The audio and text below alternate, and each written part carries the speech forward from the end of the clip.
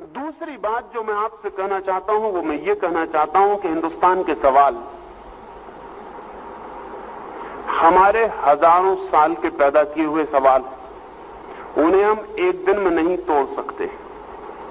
कोई उपाय नहीं है उन्हें एक दिन में तोड़ देने का, और उन्हें एक दिन में तोड़ने की कोशिश में सिर्फ यही हो सकता है कि हम और सवाल पैदा कर लें। हिंदुस्तान की कठिनाइयां एक दिन की नहीं है, 5000 साल का पूरा इतिहास हिंदुस्तान की कठिनाइयों का इतिहास। हिंदुस्तान की जड़ें 5000 साल से पीड़ित, रुग्ण और विकृत हो गई।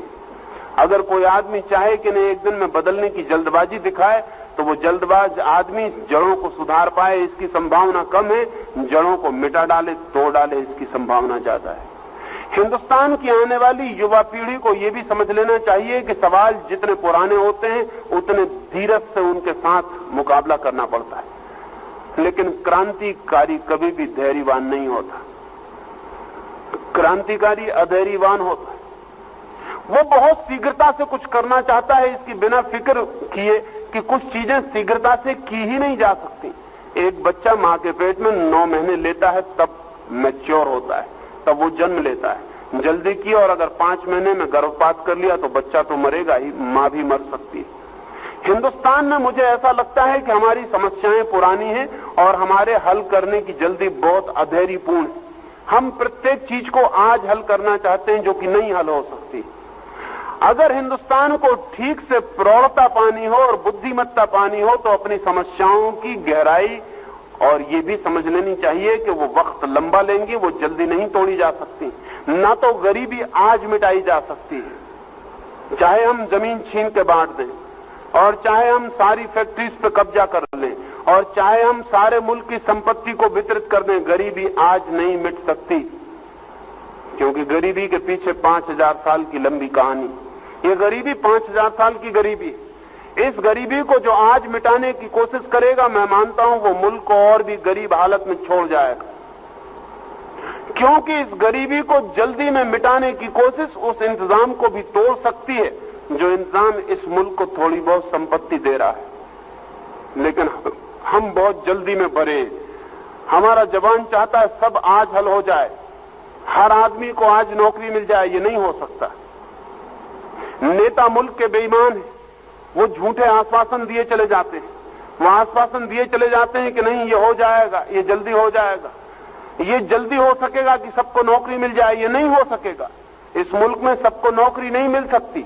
नहीं मिल सकती इसलिए कि इस मुल्क के पास उतना काम नहीं है जितने लोग। नहीं मिल सकती इसलिए कि इस मुल्क के पास जितने लोगों को हमने शिक्षित कर लिया है उतना भी काम नहीं है, और जितने लोगों को हम शिक्षित कर रहे हैं उनके लिए भविष्य में कोई काम नहीं होगा। लेकिन ये मजबूरी है और ये हम सबकी मजबूरी है। अगर इसको हमने जल्दबाजी की तो शायद जितना काम मिल सकता है वो भी ना मिल पाए, और अगर हम धैर्य से प्रयोग करें तो शायद हम मार्ग, नए कामों की दिशाओं को खोजने में समर्थ हो सकते हैं। असल में हिंदुस्तान के जवान को पुराने किस्म के काम मांगने की बात छोड़ देनी चाहिए अगर हिंदुस्तान की समस्याओं को हल करना हो। हिंदुस्तान के जवान को अपनी जवानी का बड़े से बड़ा प्रयोग हिंदुस्तान में नए काम पैदा करने में दिखाना चाहिए। उसे पुराने ढंग के काम मांगना बंद कर देना चाहिए। जैसे कि हम एक कवि को ओरिजिनल कहते हैं, अगर वो नई कविता लिखे, अगर वो कालिदास जैसी कविता लिखे तो उसको कोई कवि नहीं मानता, और अगर वो शेक्सपियर जैसी कविता कितनी ही अच्छी लिख ले तब भी हम कहेंगे चोर है, कोई मौलिक नहीं, कोई ओरिजिनल नहीं। जैसे कविता भी नई करता है आदमी, जैसे लेख भी नया लिखता है, विज्ञान में नई खोज करता है, वैसे हिंदुस्तान के जवान को नए काम की खोज पर निकलना पड़ेगा। 1000 तरह के नए काम खोजे जा सकते हैं, लेकिन हिंदुस्तान के सब जवान पुराने दरवाजों पर दस्तक दे रहे हैं। उन पुराने दरवाजों के काम चुप गए। सच तो यह है कि पुराने दफ्तरों में जरूरत से ज्यादा आदमी, और ध्यान रहे जहां 2 आदमी काम कर सकते हैं, अगर वहां 6 आदमी हो गए तो जो काम 2 आदमी करते थे वो 6 आदमी और बिगाड़ देंगे, वो 6 नहीं कर पाएंगे। हिंदुस्तान में मजबूरी यह है कि हर जगह ज्यादा आदमी है, और जहां भी जरूरत से ज्यादा आदमी होते हैं वहां इफिशियंसी कम हो जाती, वहां कुशलता कम हो जाती। अंग्रेज जिन दफ्तरों में 1 क्लर्क से काम चला रहे थे वहां आज 10 क्लर्क, और अंग्रेज का 1 क्लर्क जितना काम कर रहा था उतने 10 क्लर्क नहीं कर रहे हैं। असल में 10 क्लर्क कर ही नहीं सकते उतना काम, एक जितना काम कर सकता है वो 10 नहीं कर सकते। अगर एक के लायक ही काम है तो 10 सिर्फ उसको बिगाड़ने वाले सिद्ध होंगे, और इस तरह काम को फैलाएंगे कि वो 10 के योग मालूम होने लगे, और काम इस बात ही फैलता हुआ दिखाई पड़ेगा लेकिन होता हुआ दिखाई नहीं पड़ेगा। हिंदुस्तान की पूरी नौकरशाही काम को फैलाने का काम कर रही, काम को हल करने का काम नहीं कर रही, क्योंकि काम जितना फैलता है उतनी जगह बनती है। लेकिन ये जगह बोगस, इनसे कोई मुल्क को उत्पादन और मुल्क को नई दिशाएं नहीं मिलती। लेकिन क्या वजह है कि हिंदुस्तान में हम नए काम न खोज सके? कितने नए काम अधूरे पड़े हैं जो हमें पुकारते हैं, लेकिन जैसा मैंने कहा हमारी पुरानी आदतें दिक्कत देती। अब हिंदुस्तान में कितने इंजीनियर हैं जो बेकार, लेकिन कोई इंजीनियर इसकी फिक्र नहीं करता कि जमीन के नीचे मकान शुरू बनाने के लिए नई योजनाएं दे। कोई इंजीनियर इस बात की फिक्र नहीं करता कि समुद्र पर पानी बनाए, समुद्र पर मकान बनाए। अब ये जान के आपको हैरानी होगी कि अभी एक अमेरिकी इंजीनियर ने, फुलर ने, समुद्र पर मकान बनाने का बहुत सस्ता सुझाव दिया है, योजना भी दी है, मकान का मॉडल भी दिया है। सीमेंट कंक्रीट के मकान जिनमें एक मकान में 20,000 आदमी रह सके, समुद्र पर तैर सकते हैं, डूबेंगे नहीं, क्योंकि वो चारों तरफ से बंद होंगे। उनके भीतर हवा का जितना वॉल्यूम होगा वही उनको समुद्र के ऊपर तैराने का कारण बन जाएगा। वो जमीन पर बनने वाले मकानों से सस्ते होंगे और जमीन को घेरेंगे नहीं। और हिंदुस्तान को तो जमीन की जरूरत है। हिंदुस्तान पर जमीन जितनी गिर जाएगी उतना भोजन मुश्किल में पड़ जाएगा। हिंदुस्तान के इंजीनियर को फिक्र करनी चाहिए कि पानी पर मकान बनाए, हवा में भी मकान बनाए जा सकते हैं। एक दूसरे ब्रिटिश इंजीनियर ने हवा में मकान बनाने का मॉडल दिया, लेकिन हिंदुस्तान के बच्चे कब इस दिशाओं में सोचेंगे?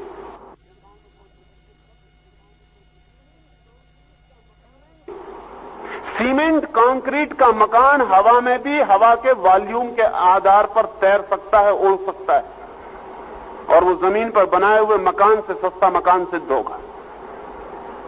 लेकिन हिंदुस्तान का इंजीनियर जमीन पे मकान बनाता चला जाएगा। मकान भी वो उस ढंग से बना रहा है जिस ढंग से 5000 साल पहले हमारे बाप दादे बनाते थे। अब किसी को ईंट बनाने की जरूरत नहीं होनी चाहिए।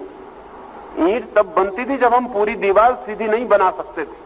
अब हम पहले ईंट बनाएंगे, फिर ईंट को हम जोड़ेंगे, फिर आकर दीवार बनाएंगे। अब तो दीवार सीधी बन सकती है। अब इतनी मोटी दीवारों की भी जरूरत नहीं है। अब हम बहुत और ढंग से जिंदगी को जीने की व्यवस्था करने की खोज कर सकते हैं। अब जो इंजीनियर जमीन पर छोड़ के हवा में या पानी में मकान बनाएगा उसके लिए काम नहीं होगा, उसके लिए खुद तो काम होगा। वो अपने जैसे हजारों इंजीनियरों के लिए नए काम की दिशा खोल देगा। लेकिन नहीं, वो इंजीनियर अपनी दरखास्त लिए खड़ा हुआ है पीडब्ल्यूडी के दफ्तर के सामने कि हमको नौकरी चाहिए। नहीं, हिंदुस्तान का जवान अपने को जवान सिद्ध नहीं कर रहा। जवानी का पहला लक्षण यह है कि वो मौलिक खोजें करे। उसे जानना चाहिए कि उसके माता पिताओं ने उसे जहां पहुंचा दिया है वहां उनकी सामर्थ्य चुक गई है, सैचुरेशन आ गया है, चीजें चुक गई हैं, उसके आगे अब चीजें नहीं जा सकती। हमेशा जिंदगी में जवानों को नई चीजें खोजनी पड़ती हैं। हिंदुस्तान के सामने बड़ी से बड़ी समस्या ये है कि हम नई दिशाएं कैसे तोड़ें। नई दिशाएं तोड़ी जा सकती हैं, कोई कारण नहीं है।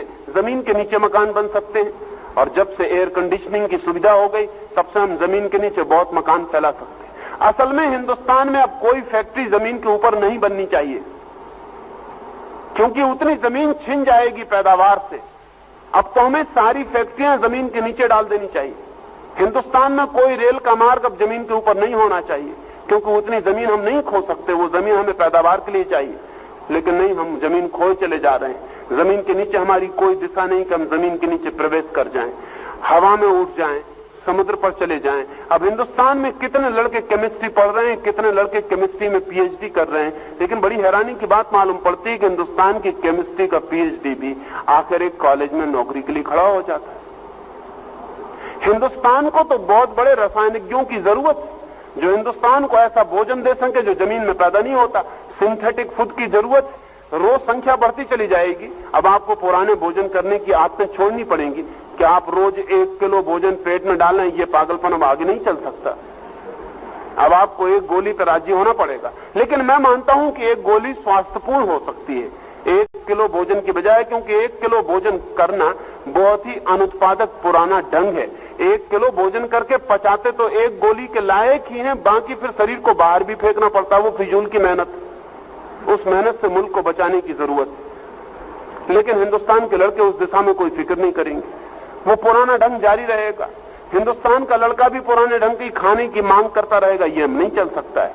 हिंदुस्तान के लड़के को नए ढंग खाने खोजने चाहिए। समुद्र के पानी को हम खाना बना सकते हैं, सूरज की किरणों को भी खाना बना सकते हैं, हवा से भी खाना खींचा जा सकता है। लेकिन हिंदुस्तान के लड़के जब इन दिशाओं में मेहनत करेंगे, हम हमेशा जमीन से खाना नहीं पाते थे। आज से 5000 साल पहले आदमी जंगल में जानवर को मारता था और खाना पाता था। एक दिन जानवर कम हो गए और लोग बढ़ गए, तब उन लोगों में से कुछ जवानों ने जमीन के फल खाने शुरू किए। लेकिन फिर फल भी कम पड़ गए, तब फिर फलों को बोना शुरू किया। अब बोना भी बेकार हो गया, अब जमीन ही कम पड़ गई। अब हमें नई दिशा में खोज करनी चाहिए। अब हमें आकाश में, पाताल में, पानी में, हवा में, सूरज की किरणों में भोजन की फिक्र करनी चाहिए। वो सारी फिक्र की जा सकती है, लेकिन हिंदुस्तान के लड़के पुराने ढांचे में ही अपने दरवाजे खटखटाए चले जाते हैं। अगर हिंदुस्तान में कोई भी लड़का ये कहता है कि मैं अनएम्प्लॉयड हूं और एम्प्लॉयमेंट नहीं खोज पाता है, तो हमें मानना चाहिए कि उसकी शिक्षा ठीक से नहीं हुई। क्योंकि हिंदुस्तान जैसे मुल्क में जिसकी इतनी आवश्यकताएं हैं, अगर एम्प्लॉयमेंट न खोजा जा सके तो और एम्प्लॉयमेंट कहां खोजा जा सकेगा। जहां इतनी आवश्यकताएं हैं जो पूरी नहीं हो रही, वहां तो हम 1000 दिशाएं खोज सकते हैं, लेकिन हमारे मन में खोज का भाव नहीं। हम जिसे वैज्ञानिक कहते हैं अपने मुल्क में, वो भी ज्यादा से ज्यादा विज्ञान का विद्यार्थी होता है, वैज्ञानिक नहीं होता। वैज्ञानिक होने का मतलब ही यह है कि हम जिंदगी को नए रास्ते दें, हम जिंदगी को नई दिशाएं दें, हम जिंदगी को नए पहलू दिखाएं, हम जिंदगी को समृद्धि के नए उपाय सुझाएं। लेकिन हिंदुस्तान में बच्चे ये नहीं करेंगे। बच्चे क्या कर रहे हैं? वो बसें तोड़ रहे हैं, यूनिवर्सिटीज के कांच फोड़ रहे हैं, वो शिक्षकों पर पत्थर फेंक रहे हैं, वो हड़ताल कर रहे हैं, वो गिराव कर रहे हैं। ये सब आप करते रहें, ये सब अनुत्पादक काम ही नहीं है, विध्वंसक काम है। इससे मुल्क की जिंदगी अच्छी नहीं हो सकेगी। और मुल्क का जो पुराना आदमी वो क्रोध से भर गया है इन हरकतों को देख के, और इन दोनों के बीच कोई संबंध नहीं रह गया। मैं हिंदुस्तान के जवान को कहना चाहता हूं कि चुनौती है तुम्हारे लिए, और ऐसी चुनौती बहुत मुश्किल से आती है, और जिनकी जिंदगी में आती है उनको सौभाग्यशाली मानना चाहिए अपने को कि परमात्मा ने उन्हें मौका दिया जहां वो नई जमीन तोड़े। लेकिन शायद हम बैलगाड़ी में बैठे रहने के आदी हैं, हमने कहीं भी नई जमीन नहीं तोड़ी बहुत सैकड़ों वर्षों से, इसलिए हमारी आदत टूट गई है नई जमीन तोड़ने की। लेकिन सारी दुनिया नई जमीन तोड़ रही है, सारी दुनिया में बहुत कुछ नया हो रहा है जो कभी नहीं हुआ था। ऐसे फल पैदा किए गए हैं जो कभी पैदा नहीं किए गए थे, ऐसा गेहूं पैदा कर लिया गया है जो कभी पैदा नहीं किया गया था। तो हमारे बच्चे क्या करेंगे? वो एग्रीकल्चर यूनिवर्सिटी में पढ़ के सिर्फ परीक्षाएं देते रहेंगे, और परीक्षाएं दे के ज्यादा से ज्यादा एग्रीकल्चर दफ्तर में क्लर्क बन के बैठ जाएंगे। क्या करेंगे? एग्रीकल्चर यूनिवर्सिटी अगर ऐसे बच्चों को नहीं निकाल पाती है जो मुल्क को नए भोजन दे सके, अगर ऐसे बच्चे नहीं निकाल पाती है जो गेहूं के ऐसे वृक्ष दे सकें जो हर साल फसल दें और हर साल उनको काटना ना पड़े और साल में 2 बार फसल दें, तो हम बहुत इस बड़ी दुनिया में जहां आदमी चांद पर उतर गया है, अगर हम आदमी को जमीन पर पेट भरने के योग्य नहीं बना सकते तो हमारा सारा ज्ञान और हमारी सारी खोजें नासमझी से हैं और बेकार। मैं नहीं मान सकता हूं कि आदमी को भूखे मरने की अब कोई जरूरत है, और मैं नहीं मान सकता हूं कि आदमी को नंगे रहने की कोई जरूरत है, और मैं नहीं मान सकता हूं कि कोई भी आदमी अब बिना मकान के रहे। लेकिन हमारी जवानी कमजोर है, और हमारी जवानी साइंटिफिक नहीं है, और हमारे जवान के पास नई दिशाओं का ख्याल नहीं है। मैं तो चाहूंगा प्रत्येक यूनिवर्सिटी को, सच में ही अगर वो यूनिवर्सिटी है तो उसे इस बात की दिशा में ही सर्वाधिक चेष्टा में लग जानी चाहिए कि उसके बच्चे पुराने किस्म के काम न मांगे। जिस यूनिवर्सिटी के बच्चे हिंदुस्तान में वापस लौट के गांव में, शहर में पुराना काम मांगते हैं, वो यूनिवर्सिटी ने अपना काम पूरा नहीं किया, वो यूनिवर्सिटी बेकार। वहां सिर्फ हम थोथा काम कर रहे हैं। विश्वविद्यालय से निकला हुआ लड़का भी वही काम मांगे जो पुराने लोग मांग रहे थे, जो इस विश्वविद्यालय से कभी नहीं निकले थे। तो फिर इस विश्वविद्यालय ने किया क्या? 6 साल हमने क्या किया? लेकिन नहीं, हम यहां दूसरे तरह के कामों में लगे हैं। विद्यार्थी पढ़ने में उत्सुक नहीं है, शिक्षक पढ़ाने में उत्सुक नहीं है। शिक्षक अपनी सीनियरिटी में उत्सुक है, वो अपनी पॉलिटिक्स में उत्सुक है, वो अपनी यात्रा में लगा हुआ है।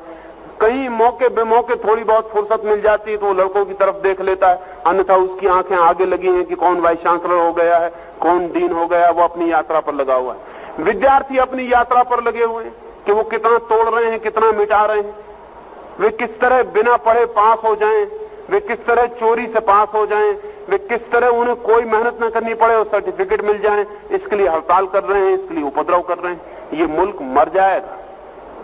अगर यही हाल है तो ये मुल्क बच नहीं सकता, क्योंकि ध्यान रहे मुल्क के बचने की सारी संभावनाएं उसकी इंटेलिजेंसिया पर निर्भर होती हैं। इस मुल्क को हिंदुस्तान के ग्रामीण से कोई आशा नहीं है, हालांकि ग्रामीण ही पेट भर रहा है। इस मुल्क को हिंदुस्तान के अशिक्षित से कोई आशा बांधनी उचित नहीं है, क्योंकि वो बेचारा बहुत पुरानी दुनिया में जिया है, नई दुनिया की खोज उसे मुश्किल है।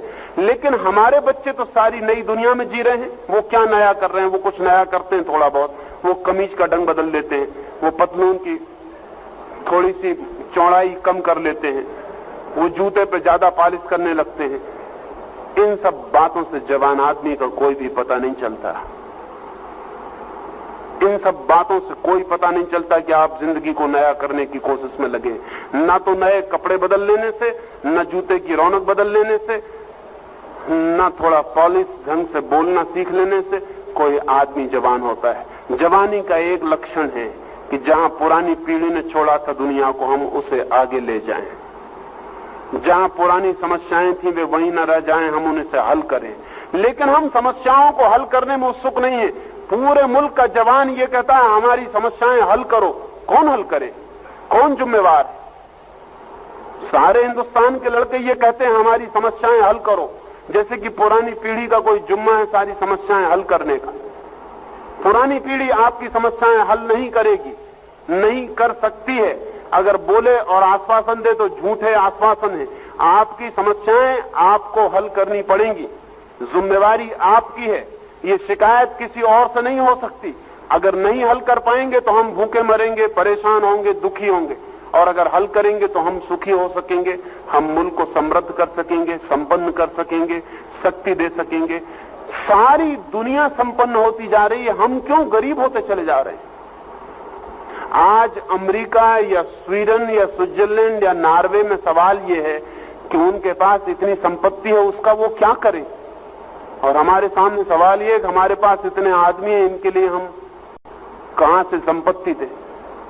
आखिर उनके पास भी हमारे जैसे ही मन है, बुद्धियां हैं। हमारे पास कोई कम बुद्धि नहीं है किसी से, लेकिन ऐसा मालूम पड़ता है हमारी बुद्धि लड़ने झगड़ने में व्यय हो जाती। हमारी सारी बुद्धि लड़ने झगड़ने में व्यय हो जाती। हम इतने लोग यहां बैठे हुए हैं, अगर हम सब आपस में लड़ने लगे तो इस हाल की सारी ताकत नष्ट हो जाएगी।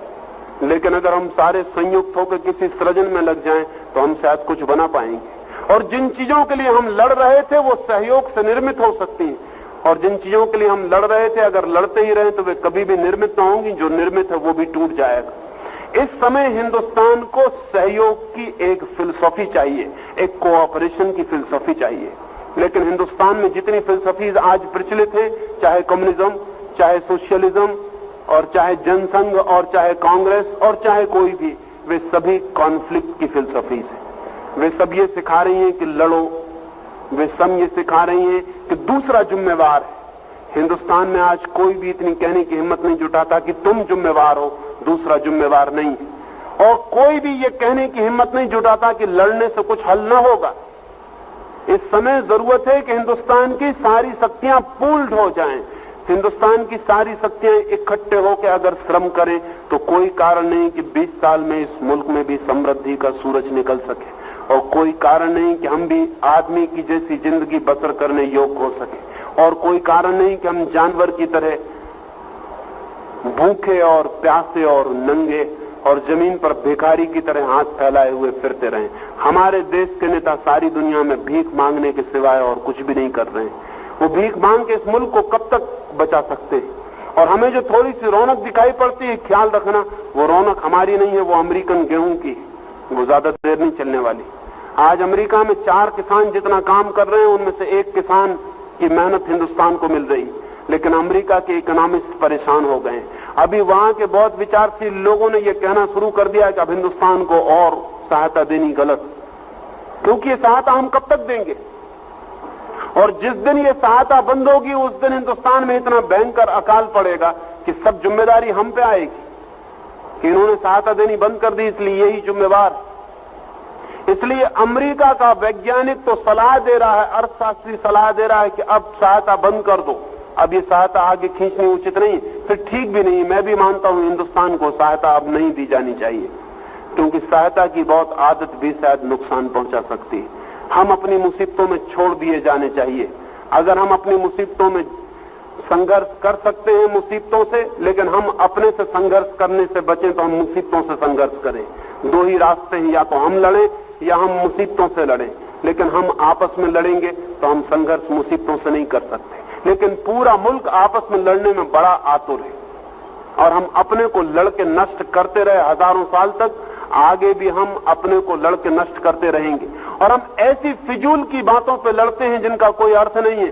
कहीं भाषा पर लड़ेंगे, कहीं धर्म पर लड़ेंगे, कहीं मंदिर मस्जिद पर लड़ेंगे, कहीं हजरत मोहम्मद का बाल चोरी चला जाएगा तो लड़ेंगे, कहीं किसी शंकर जी की पिंडी टूट जाएगी तो लड़ेंगे। हम इतनी फिजूल की बातों पर लड़ रहे हैं कि सारी दुनिया भविष्य में हम पे हंसेगी। हमारे सामने बड़े बड़े सवाल थे, उनको छोड़ के हम इन पे लड़ते रहते हैं। बड़े सवाल है मुल्क के सामने, शायद मरने और जिंदा होने का सवाल है, शायद जिंदगी और मौत का सवाल है। अगर हम 20 साल में मुल्क की सारी शक्तियों को क्रिएटिव मोड़ नहीं दे सकते तो हम 20 साल में इस जमीन पर रहने के योग्य नहीं रह जाएंगे।